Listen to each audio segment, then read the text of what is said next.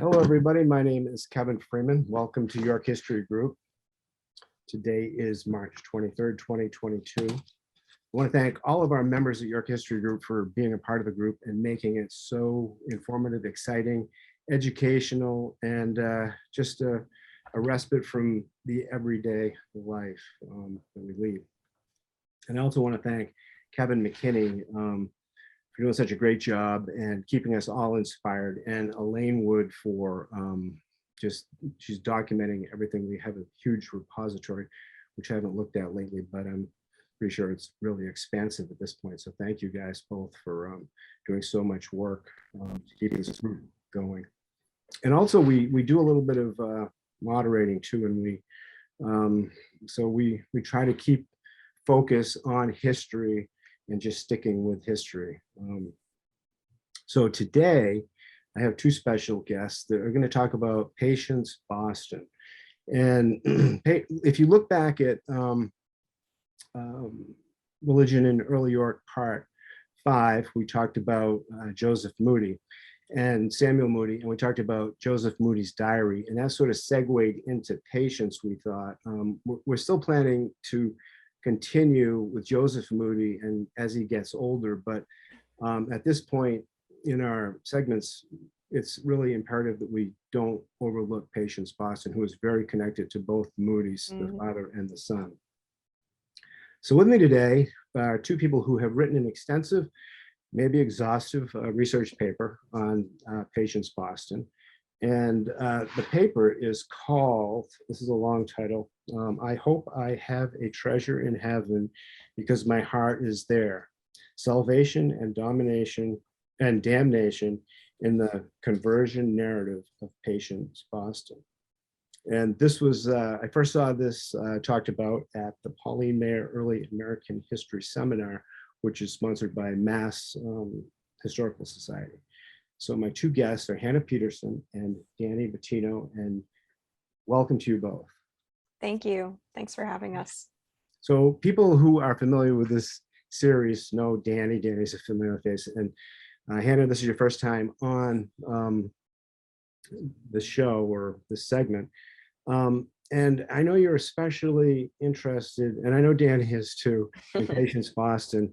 And Hannah, you've acted out Patience character, and you have probably a more intimate familiarity of your perception of her than myself in that regard. And I'm really curious how you became so inspired not only to do that, but also co-write this paper with Danny.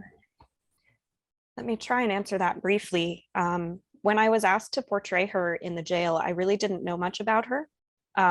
I was given just a quick script to memorize, and being a former homeschooler, I wanted to learn more.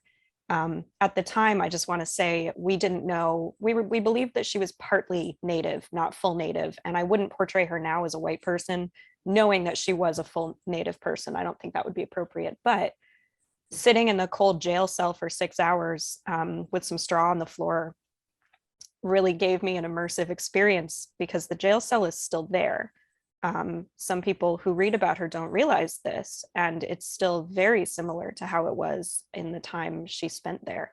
Very cold, very dark, very dank. I'm actually very allergic to it. But spending that time there, thinking about what her experience might have been like, and I'm also a youngish woman, and thinking about her experience as a person in a position of disadvantage made me very interested in continuing to read about her. So I ended up reading the narrative, which was relatively easy to find, but then going to York's archives, and the archivist at the time was very helpful and helped me find some papers that had been written, and I had to sit there and read them because you couldn't take anything out, but it was worth it. And I took pages of notes, but I didn't expect to do anything with them really, except learn. And then maybe a year or so after, when I continually kept learning about her, Danny approached me and asked if I would share some of what I'd learned so that he could consider writing about her. And it very quickly became the two of us working on it together. And I want to say it's been 4 years or so that we've been regularly looking into this. And I've only found that my interest in her has grown, and I've I've gained a really strong feeling of responsibility to represent her well, because she has not always been represented.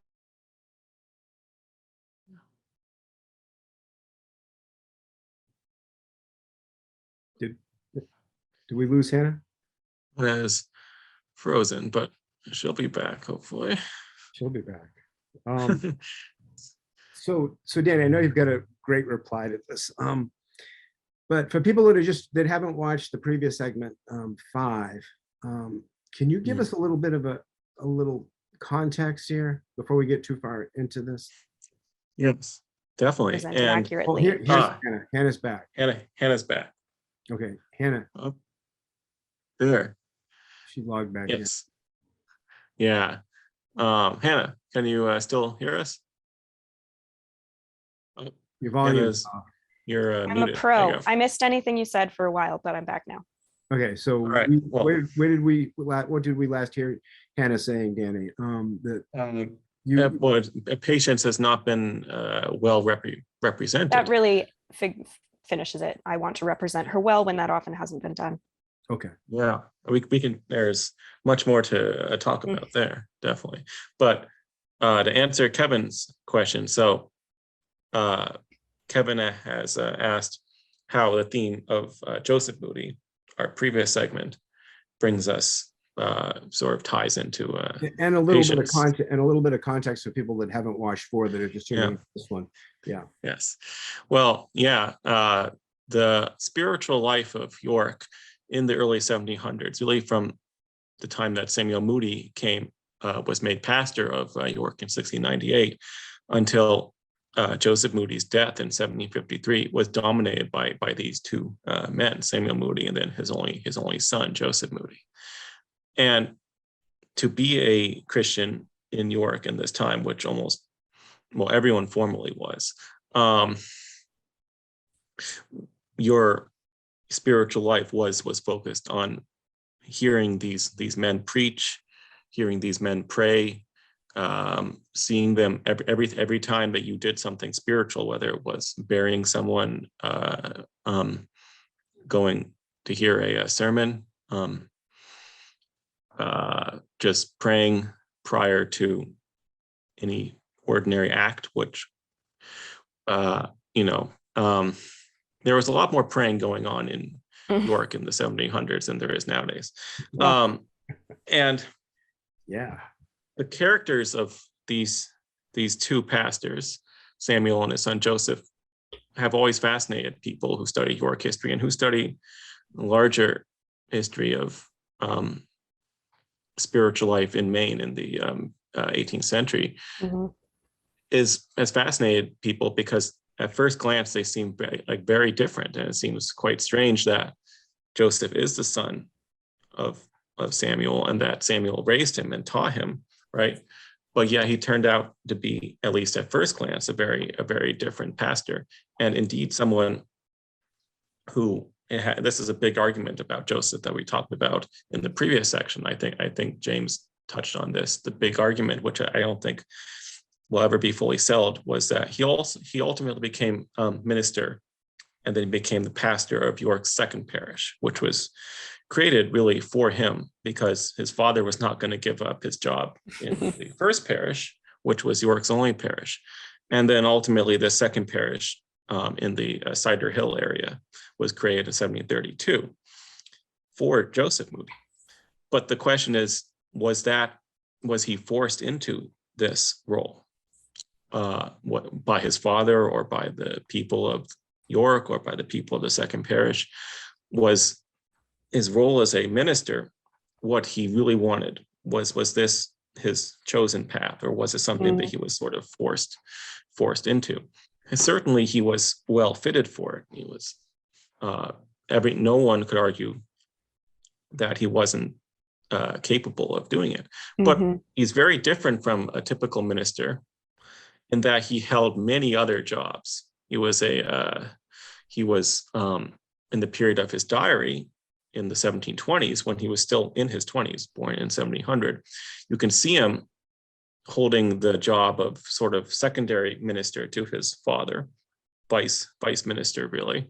But he's also the town's school master for kids just learning how to read, to Harvard prep, basically getting these older students ready to go to Harvard College, teaching them Latin, teaching them Greek. So quite a busy job, as we read in his diary. And then he becomes the town clerk Right. in 1724, which is a full-time job, basically, too. And it becomes register of deeds at the same time also. So by 1724, when the diary ends, he has 4 full-time jobs, really. And he's still very young at that point. Right, he's still very young. And he's also busy in his personal life. He's trying to learn ancient Greek. He's trying to personally learn that.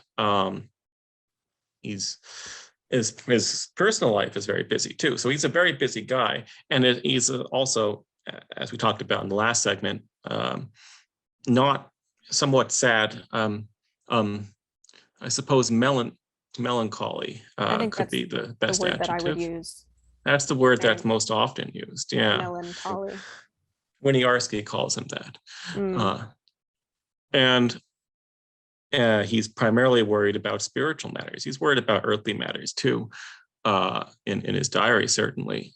But they're always secondary to the spiritual issues. Yes, they're always secondary to the spiritual issues.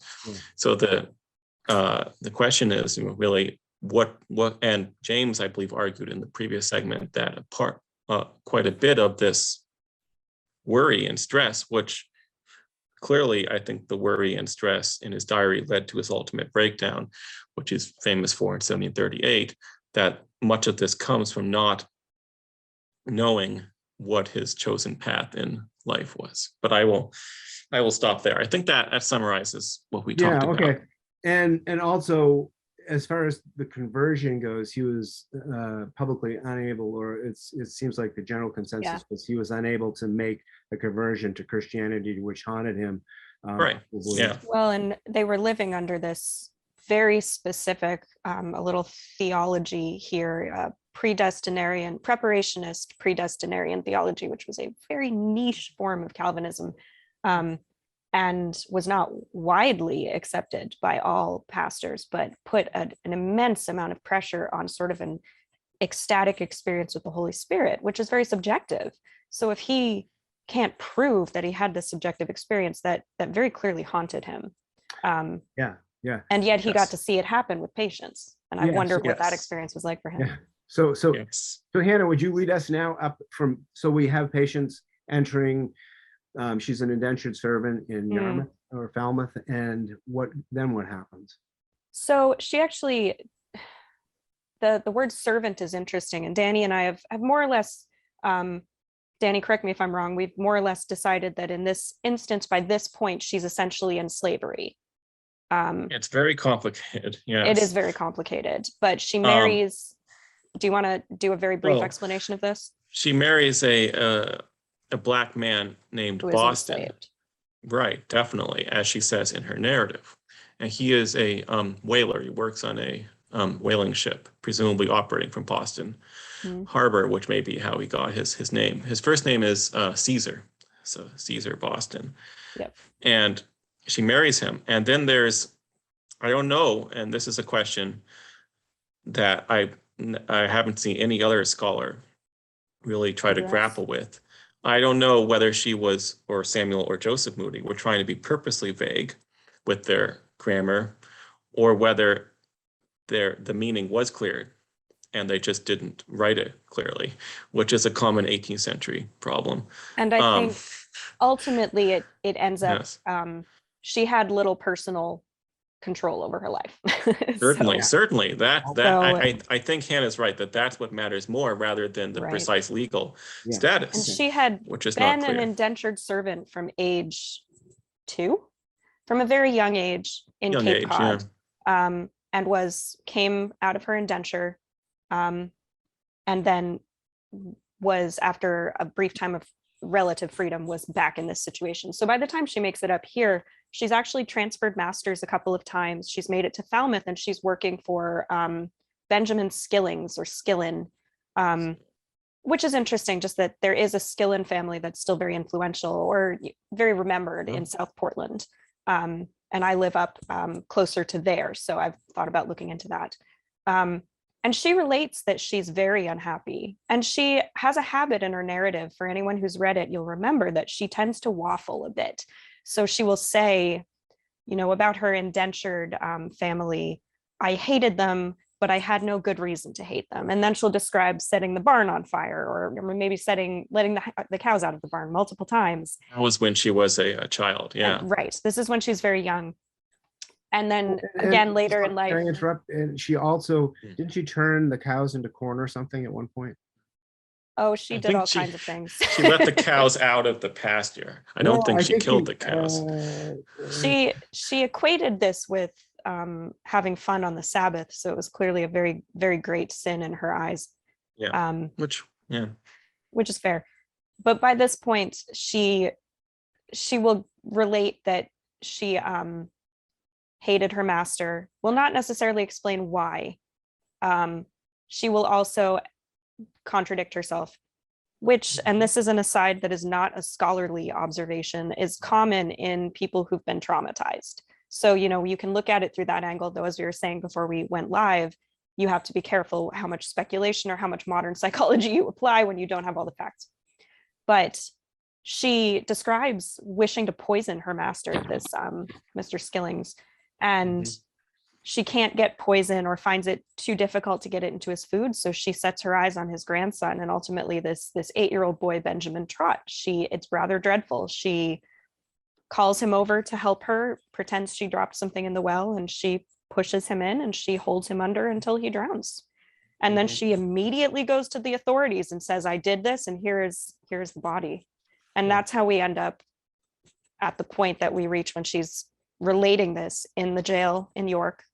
And I think it's important for people to know that long terms in jail was not a punishment that was used at the time. Jail was for keeping somebody until their punishment.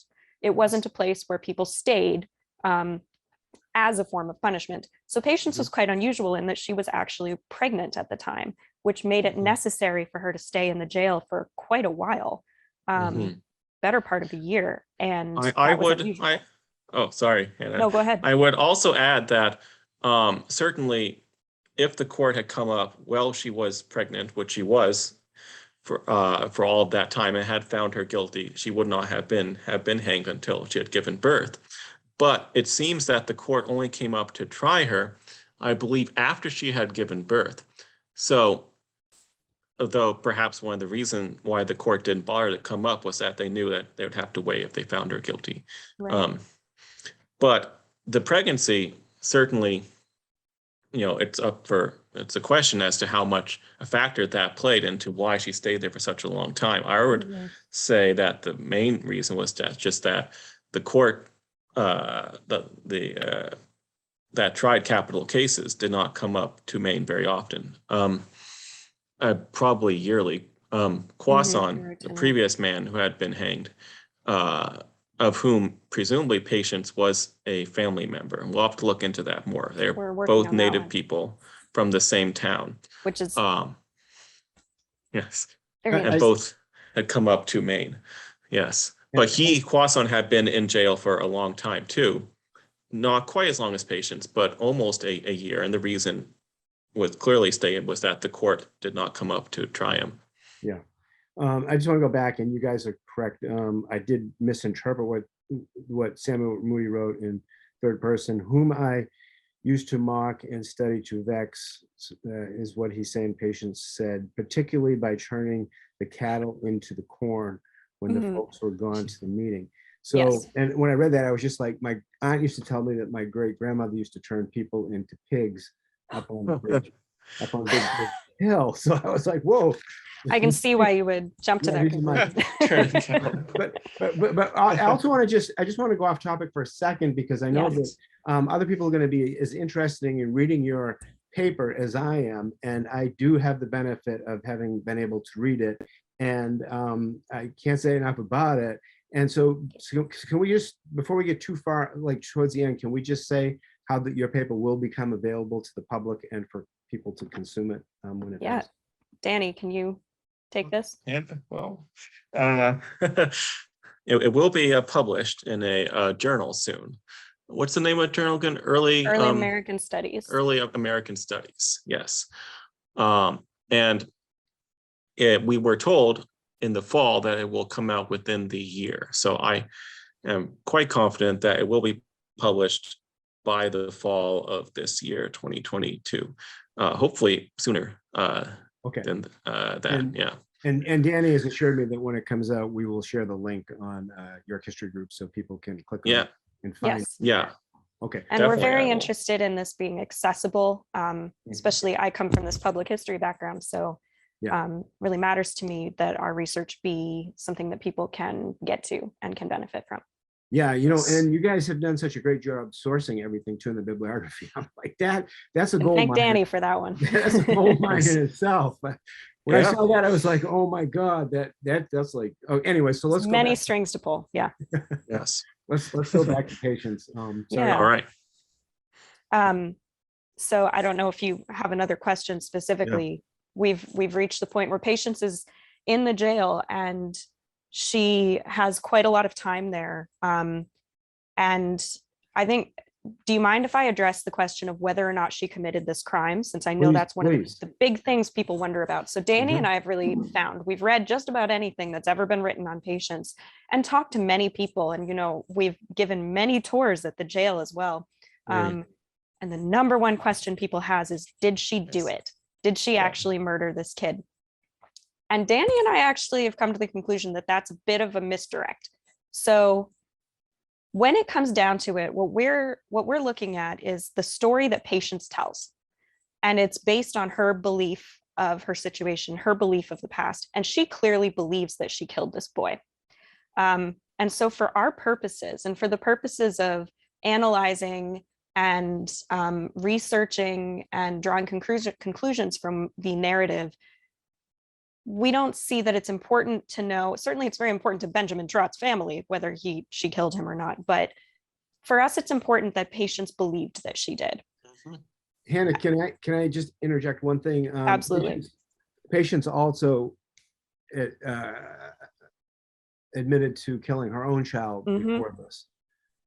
She claimed to have done. Yeah. So she has a thread that, I mean, I could talk just about this aspect for 2 hours and I won't. Yeah. But I think it's a fascinating vein to go down Mm. because early on she would say she was carousing and drinking while pregnant and her infant came out broken, with broken arms and legs or deformed in some way, and she blamed herself. Yeah. She believed that it was she was the one who led to this and the baby eventually died, and she was actually acquitted of killing that infant. And fascinatingly, later on she went on to claim that she had delivered and killed another child. And she was actually examined by midwives who said that she had never given birth, and she said, here's where I buried it, and there was nothing there. Yeah, and the source that you found this wasn't in one of Moody's pamphlets. It was independent of that. Is that correct? Well, it's pretty complicated. So she does talk about this in the 1738 pamphlet. Longer, yeah. In the long version. I should know for people watching too that there are 2 pamphlet versions that were published. So Samuel Moody published in 1735, soon after Patience's death in July. This came out in August, I think. I'll have to check that. An 8-page pamphlet, and this pamphlet was claimed to be Patience's gallows speech that she gave. This is a common what's the word? A common genre. Yeah. And then 3 years later comes out the more famous, and in our paper, we've solely focused on this later and much longer 38-page pamphlet. And we certainly, this is one of our research goals in the future. We do want to look at the earlier 1735 pamphlet too and bring it into our larger work. But the 1738 pamphlet, which is much, you can just Google it and you can find it, whereas the 1735 pamphlet, you can't. Harder to track down. Very hard to track down. It is on a private database, which if you pay, you can have access to. So I can, if people want to know, I can tell how to access that. But the big difference is with the 1738 one, Samuel and his son Joseph claim that this is the narrative of Patience's whole life as it was told to them. And they have tried to write down what she told them in her cell. So this is not her gallows speech. And then the final part of the pamphlet is from the diary. It says, from the diary of someone who knew Patience well. And as we talk about it at length in our paper, we think that the evidence points to this being Joseph's diary, which we already know. He kept it at a diary in the 1720s. And that portion is still extant, but he almost certainly kept the diary after the extant portion, and this is probably part of it. And so that's the final part of the pamphlet, and it tells the story of Patience's death, and in which Joseph writes that she gave a speech, which is probably, or at least claimed to be, the earlier pamphlet. So we have those two pieces of evidence there. And to get to the question of the earlier children that she claimed to have killed. This is a theme in both of these. In the 1735 one, it's more clear. She says in her speech that people have said that Samuel Moody forced me to plead guilty at the trial. And this makes her trial stand out too also, because there basically was no trial because she went in and she pled guilty. Determinedly. And there was nothing that the judge could do. So the judge could only pronounce sentence, and the only sentence possible was capital sentence, death. So the trial was basically over. I think people often don't realize that they were not in a hurry to execute people. I mean, it was 3 people in 100 years, something to that effect. They did not want to execute people if they could help it. And Patience really backed them into a corner. Yeah. Yes. I think we've overlooked the fact that Patience was a Native American also. Yes. We maybe haven't mentioned that yet. Big part. Yes. Well, and we talk about in our paper, we talk about the sort of multiple boxes of categories that Patience ticks in a sense. She is a Native American. She's an enslaved or indentured or whatever you want to say person who has little control over her life. She's literate. This is very important. And a note that I learned, I have a friend who is a scholar of early American literacy. And one thing that I learned through him is that the indenture laws in Massachusetts, which were actually tightened in reaction to mistreatment of indentured servants, required that servants be brought up to read the scriptures and taught the scriptures. It was very common for people to be able to read and not write. I personally believe that was the case with Patience, which would influence the necessity of the Moody's taking the words from her mouth and her not writing them themselves. This isn't proof of anything, but it is a piece. And also the longer narrative, she just lists all the books she read. She read a lot in prison. She was very literate. Hannah, that's a really relevant hypothesis. It's a very, very critical to her life is that she could read. But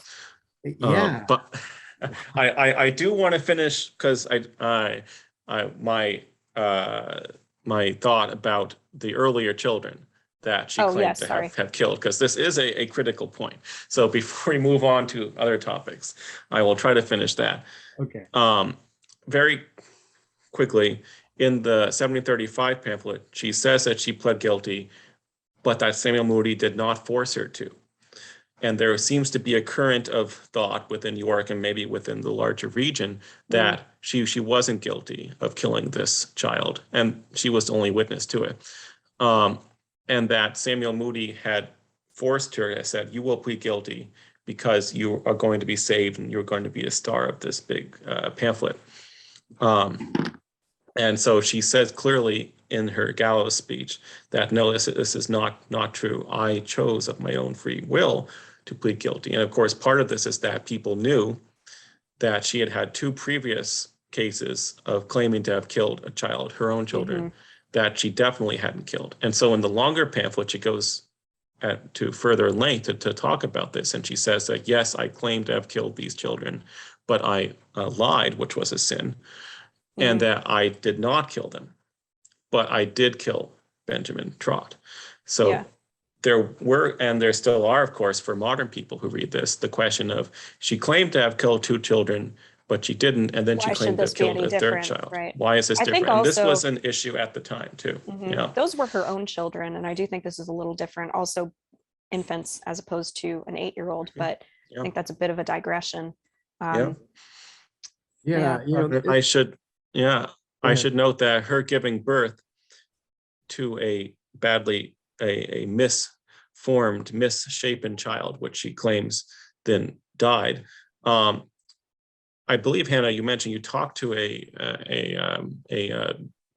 doctor who said that this wouldn't have been possible, that she could have physically hurt the child in this way, and then I that would have didn't. I read caused somewhere. injuries. You read that, yeah. I don't think, and I think that is critical, because I don't think I don't think patients or her audience were thinking along modern medical lines, but because there is a theme in early modern British culture of sin leading to women giving birth to monsters or demons, Right. and that this is a supernatural curse, that God has cursed them because of their sin to give birth to some sort of monster. And I believe that patients certainly would have known, we would have learned about it, as everyone did in the culture of the time, and perhaps have thought that when her child died, that we didn't put this in the paper. Believed, I mean, firmly, that if you lifted your arms above your shoulders while pregnant, you could hurt your baby. So there's a lot of pieces here.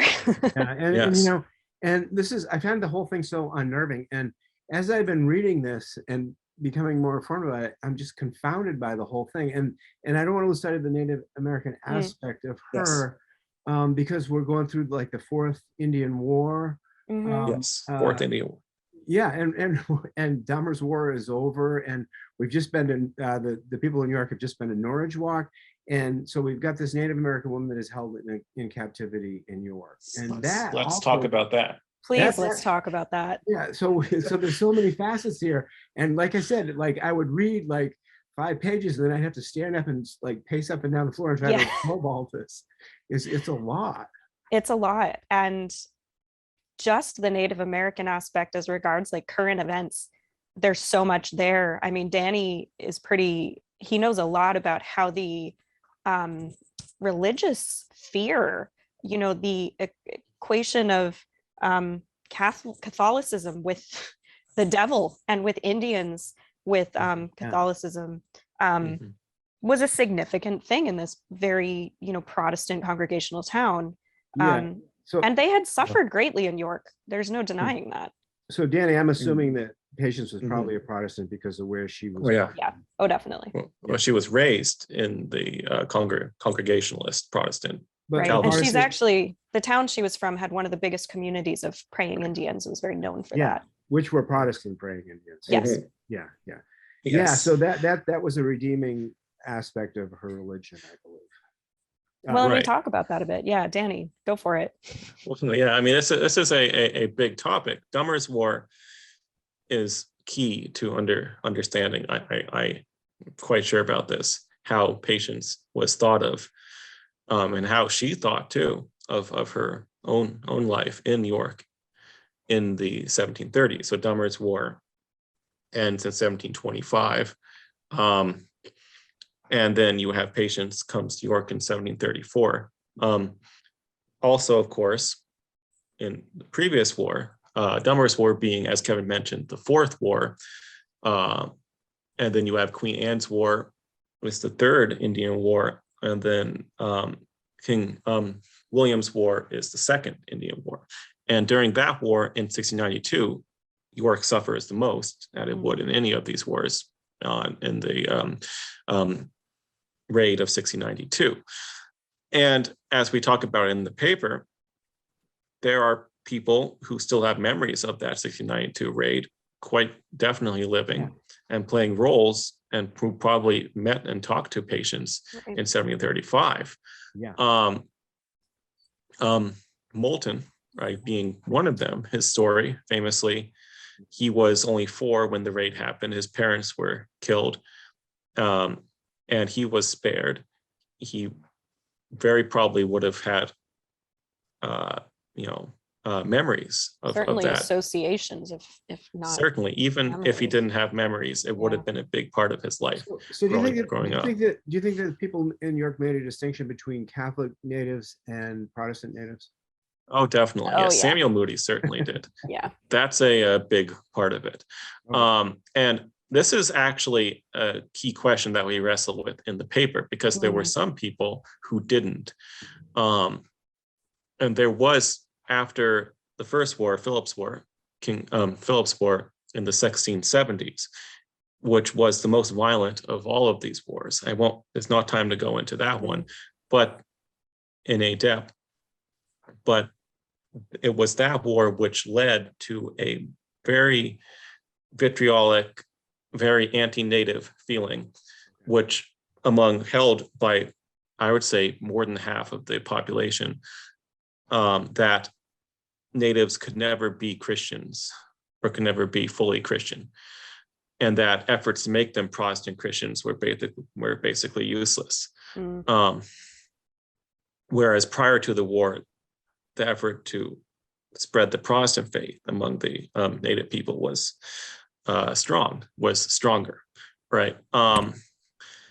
And then, so those people would have said, it doesn't matter the efforts to make native people Protestant, it doesn't matter.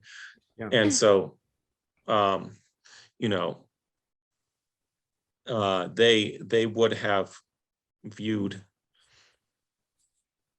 the effort to save Patience as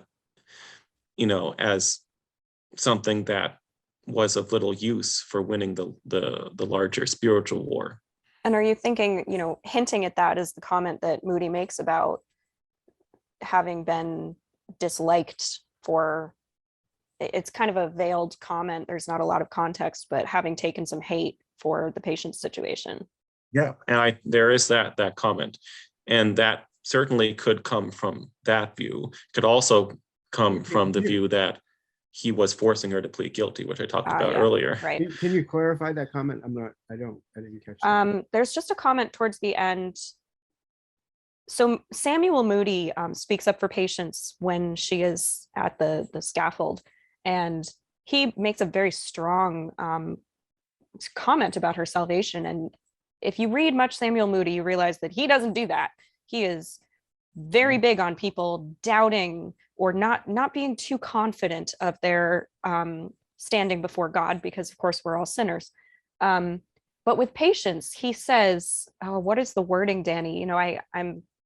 He doesn't say I have total confidence, but like I am almost sure she will soon be standing before." I'm sure Basically, yeah. Basically, he says he has almost total confidence. And he says that if she has told the truth, that she murdered Benjamin Trott, then he has complete confidence that she will be saved. Which is that's very the gist of it. And at that statement moment, doesn't he ask her for confirmation for that? Yeah. Well, no, he asks her if she's ready. And she says yes. Which I guess would imply that she doesn't have any last minute confessions.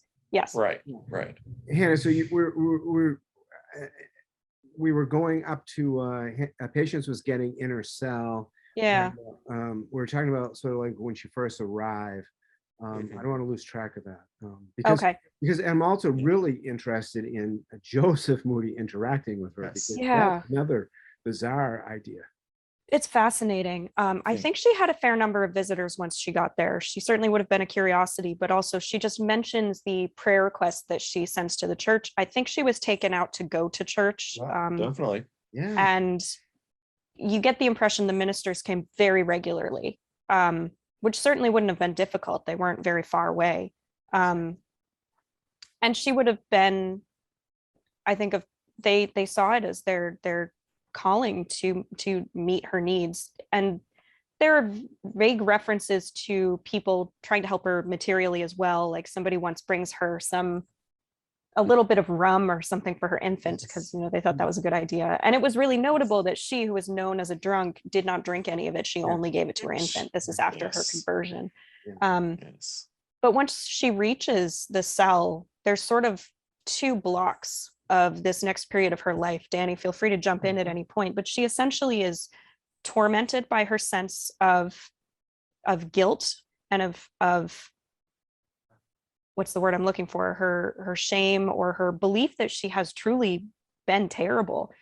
And she's described by the jailer's wife at one point as basically screaming at night about how she deserves to go to hell. And keep in mind that to our modern ears, this sounds even more severe than it would have sounded at the time. I mean, that was pretty extreme, but still, this sort of talk was very common. This was not something that only the fundamentalists or whatever you want to call it would be saying. This is something they hear a lot and they talk about a lot. But Patience was just consumed. And when you think about it, she couldn't go anywhere. She didn't have much else to do with her time but reflect on her life. And she reads a lot of books. We read that she reads something by Cotton Mather. She reads other prison narratives, which is very notable. That's very important. But she talks a lot about the weight of her guilt. And she sort of goes back and forth as she the presentation of the scripture, even if it was a bit severe at times, did focus on this grace. They believed, as Christians do now, that Jesus' death was the propitiation. So all of this torment and guilt that Patience was feeling was ultimately, if she turned to Christ, paid for. But she had a lot of trouble accepting that. And you read that, she quotes scripture. She'll say, I'm comforted by this, and then go back to the torment. But then there is a day when she gets it. It does click. Yeah. Yes. And there is that was the conversion that Joseph Moody, that's the conversion that Joseph Moody never obtained. Well, we don't know for sure that he never obtained, but he certainly pretty confident. But yeah, you're right. Perhaps in his final hours. So these two have a parallel aspect. Well, they really do. Very parallel. And I've wondered what it was like for Joseph, who was tormented by his own lack of certainty, to see Patience, who is this, this person in society in a very different position, who didn't grow up with the benefit of all this religious education, just get it. Because she does. She wakes up one day, and she has some concerns for her child after that, but she's essentially just finally accepted that this grace is real, and that even though she doesn't deserve it, it applies to her. Yes. And I one comment here. This is fascinating when you think about, of course, the fact that Joseph probably could never get that feeling, that confidence, that Patience, that he saw Patience, that helped her move towards. But also in Joseph Moody's sermons, it is fascinating. You see him talking on this theme of who will be damned and who will be saved. And we have Samuel Moody's sermons. He published quite a few sermon books, whereas Joseph Moody never published any. However, there is a manuscript of Joseph Moody's sermons, very probably, which were notes that one of the people, I believe it was a man named Joseph Bragdon, going to hear him preach. Was it Daniel Bragdon? Yeah. Daniel Bragdon, yes. Wrote these sermon notes, 1727, 1728. And so this is actually closer to what Joseph would have preached than Samuel Moody's, whose published sermons were probably very different from what he actually spoke, because when he spoke in church, he spoke without notes famously. Yeah. And then he wrote down these sermons and published them. So they're probably quite different from what was actually heard by his audience. So actually with Joseph, we're more close to what it would have been like sitting there listening to him. But on the subject of who will be saved and who will be damned, which is a major part of Joseph's sermons, he is perhaps somewhat gentler than Samuel.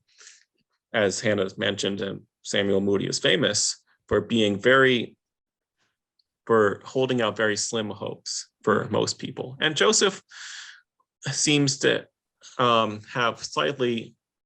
be slightly more hopeful, but yet when he does talk about those who will be damned, uses very clear language that, they are truly damned, and that he does say, I believe, and we quote this in the paper, I'll have to check it, he does say that most people will be damned and fewer people will be saved. And then he goes into the question of who is more likely to be damned.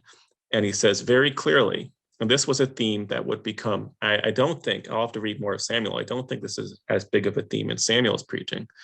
And it would become very big in the 1740s.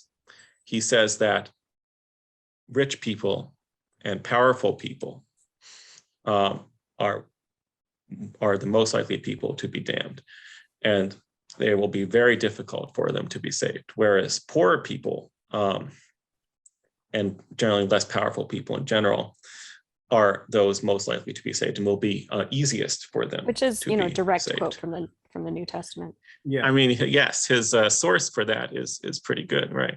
Yes. So he actually, Yeah. I don't want to jump ahead, but I think, wait, I want to go back and say that Lucy Moody, she died in 1702. 1705, yeah. Yeah, and he puts some of this hopeful, Yeah. he puts a hopeful inscription on her headstone. Right. She's one of the less powerful people, as a baby who dies in the same day she was born. It says Joseph Moody's sister, Lucy, dies in the same day she was born. She has a gravestone, the earliest dated stone. And I would be pretty confident Samuel Moody wrote the rather long note on the stone, and you can go read it. And basically the gist of it is that there is great hope that Lucy Moody will be saved. And that, isn't it awesome, basically, that someone can be born and die and be saved all on the same day. Yeah. And I think that Lucy, of course, like Patience, fits that profile of a person who Blessed are the poor in spirit kind of profile. is poor in spirit, right? Who has no power in her earthly life, but great power in her afterlife, right? Yeah. So do you both think that Lucy, for lack of a better way to express it, sort of like played the religion game to Samuel Moody? And Patience, I mean. Yeah, Patience. Oh. Yeah. How do you mean? Well, said all the right things, but then I'm wondering, well, did Patience Boston, when she was indentured in these other places from when she was 3 years old and her mother died, did she must have had different types of religion that she became familiar with, but there was probably all Puritanism, a form of Puritanism. Right, it was all along the same lines. Yeah, okay. Yeah. So when she got to York, she was very familiar with this type of methodology. And but what I'm saying is, she could have been independent. She could have been like more like resisting, and even though that she was guilty, but she seemed to get favor of Samuel Moody, which doesn't seem like it was an easy thing to have. Right. It's true. So, yes. One thought that I have along those lines is, so one thing that I paid a lot of attention to when I read the narrative is I looked at all of the scriptural references that Patience mentions. And a lot of them are like legit obscure scripture references. They're not the kind of verses that you parrot back in Sunday school. Now, granted, Sunday school is a little different from whatever they were doing at the time. Sorry about my cat. She cannot be stopped. But she clearly had a deep familiarity with what she was reading, which to me indicates that she took it pretty seriously. Mhm. Yeah. And in fairness, most people take a lot of things more seriously when they're facing death. So we can't Mhm. discount that. Mhm. I don't think she really had anything to gain from parroting back to Samuel too much. Yeah. And there are multiple ways to look at it.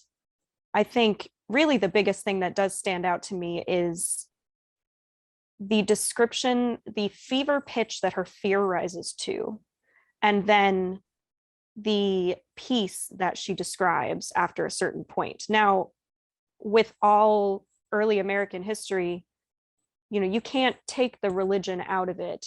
You don't have to agree with the conclusions or believe that what they're believing in is true, but I think one does have to look at the way that they feel about it. And it's, we read a great book for our research that discussed how Yes. impossible it is to feel the way they felt in Are you early New England. referencing this book? I believe that's the Yes. one. Yes, Just this is the Darkness Falls on the Land of Light. excellent Winiarski, book Douglas by Winiarski. Douglas Winiarski. You'd recommend it, yes. Yes, highly. And he, there's just this reminder that any more than we in my generation, Danny and my generation, can know what it's like to have lived through the Cold War and felt that actual fear that there could be nuclear attacks, because we look at it and it's like, well, nothing happened, so what's the big deal? But we aren't the ones who had to do school drills under our desks. Yeah. Just like we can't really grasp that feeling. No. We as modern people can't really grasp the feeling and emotions that people had around religion at the time. And I extend that to myself. I'm not saying I'm an exception, but I think remembering that helps in reading these things, remembering that it's a different climate and a different world. It informs how I read Patience's narrative, and does inform my belief that she was not, at least not just repeating what she was expected to say. And we talk a little about how with the reading of other prison narratives, she certainly had some idea of what people might say, or other convergent narratives. And on that topic, I should mention that Patience's narrative stands out a lot. in that she was confident, very confident in being saved. And in terms of criminal narratives as a genre, this is very rare. And in the 17th century, really, we've talked about this at length in our paper, and these are the narratives, many of the narratives that Patience read in her cell. The people being hanged usually have some, and they're usually also, this is not written in their own words. Ministers write these narratives, and they say that, the person said this and they went to the scaffold and so on. So it's less of being in their own words than what Patience's narrative claims to be. But usually there is very little hope. Sometimes there is more hope, and it varies, but you never in the 17th century see the absolute confidence that Patience has in her narrative. And there are only 3, I would say, narratives like that, in which are told from the viewpoint in the words of the criminal, and which have very high confidence levels of the criminal being saved. And 2 of them are Patience's, and then the previous man hanged in York, Joseph Croissant, right? Samuel Moody publishes both of them with his son Joseph in the second one. And then the first one is a woman from Newbury named Esther Rogers. I believe she was from, she was hanged there, and she was from Kittery. And then she moved down to Newbury, Mass, I believe, and then killed her infant child and was hanged for it. I haven't read her narrative in a year, so I may have got the details wrong. But her narrative, she also, as she's hanged, is very confident that she will be saved. And Samuel Moody did not publish that narrative, but of course he very probably perhaps met her, as she was from Kittery. Newbury, I believe, was the town that Samuel Moody grew up in. So he may have met her there. And this is in 1700. He became minister at York in 1698. I believe there is evidence that he certainly would have followed her case closely. He may have gone down and watched her gallows scene and her hanging. And so Samuel Moody, then the argument can be made that he is a part of all three of these narratives, the only narratives of their kind in which you have very high confidence that the murderer will be saved. Hopefulness, right. Yes. Yes. So there's something going on there. Yes. I just have two things, and we know we're going to wrap it up, Danny. It is 5:30. Yeah. Well, yeah. So you guys think that it's unequivocal? You think that there was no way that Samuel could have fictionalized this whole account? I'd never say there was no way. I mean, yeah, I think that there's a lot of evidence to point toward the veracity of the story. I would put it that way. I think because of the uniqueness of it, that really gives substance to it. Yeah. It seems to, you know, like when she's just going back and forth with conversion and sin and guilt and shame and all of that stuff, and then she's like more euphoric, and she, you know, when she misses a sermon, she's sad again, and all of that. It seems like it's real. And the other thing you guys touched on, Danny, you can respond to that too, but I want to just throw this in there because I know we're going to sign off here in a minute. I think you guys mentioned her legacy, and what her legacy means to her. I love talking about this, so I'm gonna bowl Danny over and take it. So we established at the beginning of our paper the importance of us to give a little bit of agency to Patience in telling her own story. So, for example, we choose to refer to her as Patience in our paper. And part of the reason for that is that in the necessity of differentiating between two Moody's, we need to use their first names, but also Patience called herself Patience in her paper. I mean, her narrative.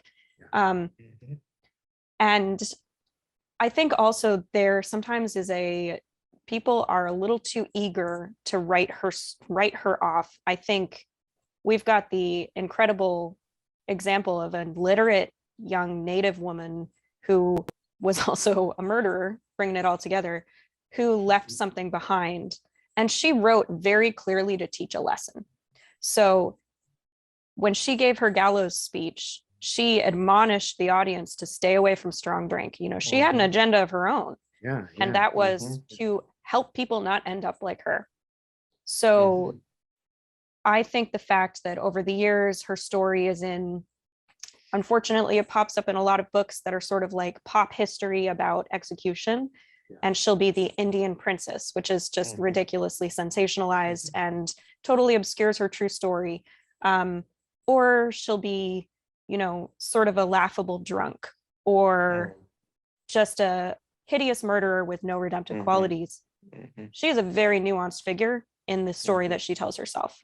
And I personally think that she would be pretty disappointed if people read it and didn't hear what she actually said or take it at face value. You know, you've got to take all that with all the other grains of salt that we've discussed here. But I feel a bit of responsibility. Once I read her story, I felt a bit of responsibility to let her words be heard.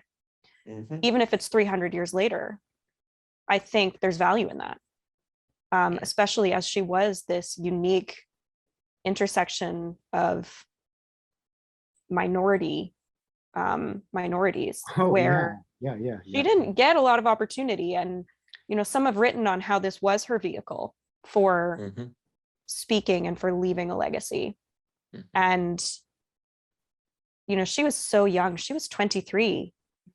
And yet a lot had happened to her in her life, and she wanted to talk about it. She wanted to leave something behind, as far as we can tell. And she did. So I do feel, especially as York and the jail and the museum is such it's a small, but it's a fascinating little microcosm of New England, and also has these unique stories. You know, when people visit the jail, they might want to hear about the Indian murderer lady, but let's tell them about this nuanced figure who had a life and left a a kind of legacy that I want to be available to people. And I would add one further comment on that legacy that she left. Certainly, she left a legacy for us here in the 21st century, but she also left a legacy for York in the aftermath of her death in the 1740s. And we'll be talking about this, I believe, more in the next segment of our Zoom series. But in York in the 1740s, traveling ministers come to visit York in 1741. And there is a great outpouring of spiritual hope, I would call it. Some would call it, some would say false hope at the time, certainly. And Samuel Moody is very much at the center of this movement. It's a very complicated movement, but the gist of it is that it's throughout the region, but York is a major center of it in 1741. 6 years after Patience's death, only 3 years after her pamphlet is published in 1738. And you have crowds of people, massive crowds of people flocking to York to hear Samuel Moody and It's these wild. other pastors preaching. And there are wild scenes.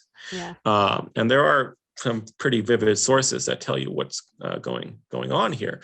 And this is a very physical movement in that people listen to these sermons and then they go through a process that Patience went through in her cell rather quickly, by the standard of someone like Joseph Moody going through it over his whole life. Patience goes through this process of coming to have confidence in being saved over that year-long period. These people go through that process in the course of a couple hour-long sermon, and so their feelings are extremely high, and they feel as if they've been smitten by God, and they often faint. And then at the end of the sermon, the hope is that, and most of these people did, some didn't, felt that they had been saved. And these were younger people mostly, and these were servants, right? There were very probably Black people there too, Native people maybe, and it was this profile of person who had newfound confidence in the 1740s that swept York and swept the region and created massive change throughout the church, that we argue in the paper, Patience was a prefigurement of, perhaps, I think certainly in York, a trigger of this movement. Yeah, that's just amazing. And Danny, so with respect to you, I have one last question. I'm going to thank you. Yes, very good. Where was Patience interned? Where was she buried? Oh, I wish we knew. This is a Sorry. question that's hard to answer, but there are, because we don't have any primary source that tells us, but there are some clues. So from the reading of the narrative, I am pretty confident, James is too. James and I have talked about this, that she was hanged on Jail Hill, right next to the jail. Now with Croissant, the only other person within living memory in New York who had been hanged. So there very probably was no permanent gallows, right? Because only were 2 people hanged within a 100-year period. Croissant, in his narrative, he definitely traveled from the jail. There was a journey that he took, and he was hanged in some sort of valley in which there were thousands of people packed. So he was definitely not hanged on Jail Hill.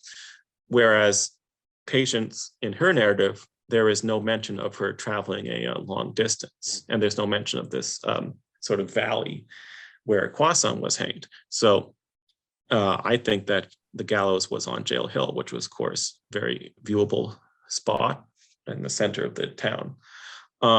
So as was the common English custom, very probably she was buried there at the gallows spot. Of course, the town burial ground was right next to the jail. Yeah. So it's also very likely that she was simply buried there. Now, I'm pretty certain that her son was, well, he was given over into the care of the Moulton family. Right. We didn't even get to Philemon. Yeah, right. And he was born 1735, dies in 1736. And he dies at the same time that two other Moulton children die. So they very probably died of the same illness, right? And the two Moulton children have two gravestones that you can see in the burial ground. So I think it's very probable that she was in the same household. She died at the same time as he died at the same time as these children, right? That Patience's son is buried with them. As for Patience, though, those are the only clues that we have. Yeah. There's some really underlying sacred aspect to this whole thing. I can't really, it's underlying in my consciousness or something. I haven't been able to bring it all to terms, but there is something really significant about it. And you guys, I think it's a lot. I really am grateful to you both for doing all the work that you've done and bringing it to the public. I know other people have paid a lot of attention to this also, but you guys have really done a comprehensive job. And then coming on this segment and sharing it all, I'm just really grateful. Hannah, Peterson, Bottino, thank you guys so much. Thanks so much. Thank you. And I'm going Great. I'm going to sign off. And thanks to everybody, York History Group, that's been watching, and everybody that's participating. If you have any questions for Hannah or Annie, I think you guys are available on our group. They can probably message you or whatever. Yes. Yeah. And always happy to talk about it. Yeah, and we're going to post the paper as soon as it comes out. And definitely. Okay.